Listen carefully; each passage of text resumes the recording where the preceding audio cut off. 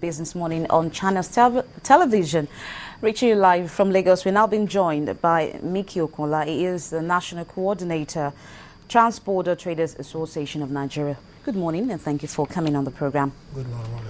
I'm sure that a lot has been said about transborder trade and the issue of not being able to secure our borders properly and ensure that we have free flow of trade, especially among the region, ECOWAS, where we belong. But in your view, how would you assess the level of trade that has been recorded in our borders between us and our neighboring countries? Thank you very much.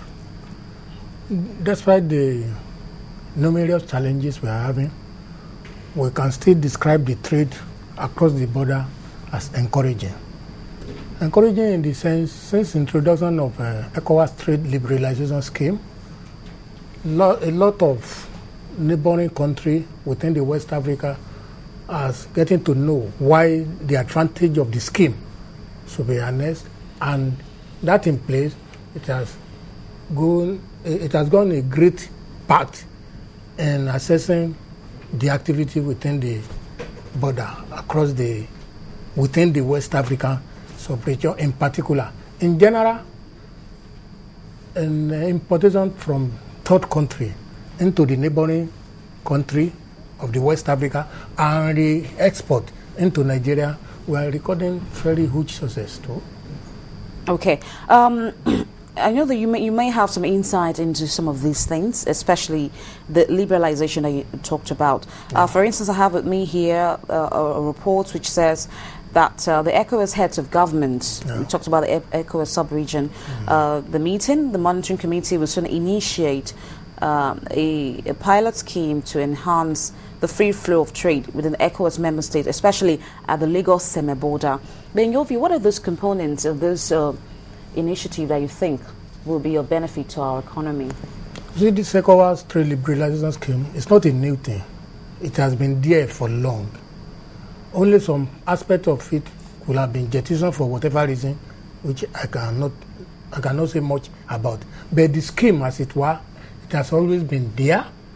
Some of the countries within the scheme agree to comply wholeheartedly with the component of the scheme, while some other country decided to take it in part. One of those countries, like Benin Republic, instead of wholeheartedly accepted the scheme and operate it in full, they decided to do it half and leave half. That as it may, that has not said that the scheme has not achieved the aim. The aim was to open the bloc, that is West African sub-region, into economic bloc where trade could be going on without hindrances. That is, whatever you produce from your country within the West African sub-region could be brought into the other country without hindrances, without payment of duty, without leveling, without any obstruction. In other words, some countries are not allowing that to happen. Of course, if you are not part of the scheme, if your country is not part of the scheme, you are not allowed to participate. Your country, first and foremost, must have been registered with the scheme that within the West Africa, although you are in the West Africa, but your country must have been registered to participate in the scheme. How many countries have registered? I think about 7 of them from West Africa. 7? And the rest are still folding their hands. And what do you think is not making them to register? You see, so it is not out of place. One could decide that he can do it lonely, while others see wisdom in coming together. Depend on the individual, depend on how you look at it. But the major thing, the fact of it is almost all the country within West Africa, they participated in the scheme. Okay. It seems to be a laudable thing for ECOWAS to... It's a laudable thing, but it is two-phased. You must be prepared to manufacture locally. If you manufacture locally, that is when you have something to sell to other countries. You cannot say you want to participate in the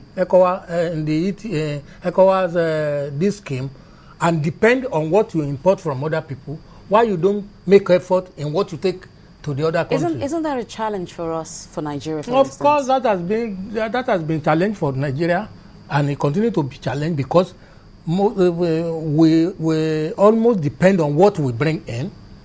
While we are participating in the scheme, we depend on what we bring in. We do not lay emphasis on what we take out, and it's free. So we cannot enjoy the full benefit unless we manufacture, we take out, and we bring in what the other people manufacture in their country. Can we say that because of this loophole in our own country, other countries... In our capacity to manufacture. Other countries in this ECOWAS sub-region, for instance, are raking in higher revenues than we... They are taking advantage of it because, let us use Ghana as an example. All what we are losing in terms of manufacturing, Ghana is gaining. Most of our manufacturing companies here, they've relocated either to Togo or to Ghana. And these companies will have to bring the goods to Nigeria. They have to manufacture under the ECOWAS in Ghana, liberalization scheme in Ghana, and bring back into Nigeria. Because the majority of the West African countries depend on Nigeria for their market. Majority, including Cote d'Ivoire. Now, what do you think is missing in our own economy? You talked about manufacturing. What do you think is missing that is not allowing us to benefit from these liberalizations? It's our inability, Nigerian inability to, our manufacturing company inability to perform up to the expectation, to manufacture to the, before we could think of selling your product outside, you will have satisfied the local consumer. What we are manufacturing in this country today is not sufficient for us to consume. Talk less of selling outside. Until whatever is responsible for our factory not to produce above local consumption, we will still remain. We will not take advantage of ECOWAS trade liberalization scheme. Okay, I know you are a trader and you do trade through the border. Yes. What has been your experience like as someone who has been there to see for yourself? The experience is when there's a scheme like this ECOWAS trade liberalization scheme I'm talking. One country agree to take full benefit of it. Other countries choose to when it matters, when it wants. That is, the level playground is not there. If country A, what I'm saying in essence is that there should be a situation where every country participating in the scheme should be compared. This is the law of this scheme. Everybody must be seen as obeying the law. Then it will be level playground for everybody participating in that scheme. In the general trading, the major problem we are having is language barrier. If you have to trade across this border, you must be versatile in English language and French. The moment you cannot speak the two languages, you are bound to face one challenges or the other. Our immediate neighbor, that is the Republic of Benin, they don't speak English. It is pure French. And if you must trade, or your trade must pass across their land, you must be able to defend whatever you are doing in French. The moment you cannot speak French, you are into unnecessary problem in Benin Republic. If you are coming from Ghana, Ghana official language is English. You transact whatever you want to transact with Ghana in English. By the time you get to Togo and Benin, you will be faced with problem of language barrier. The moment local police ask you, where are you going? And if you cannot answer immediately, problem come. What is in your truck? If he did not ask you in English, he asked in French, how do you answer? So language barrier remain our first and major problem, and it's still there. God willing. Are you people taking steps to address this issue? Perhaps learn some of these languages as a way to facilitate trade. The only way to address it is old man like me go back to school and learn French.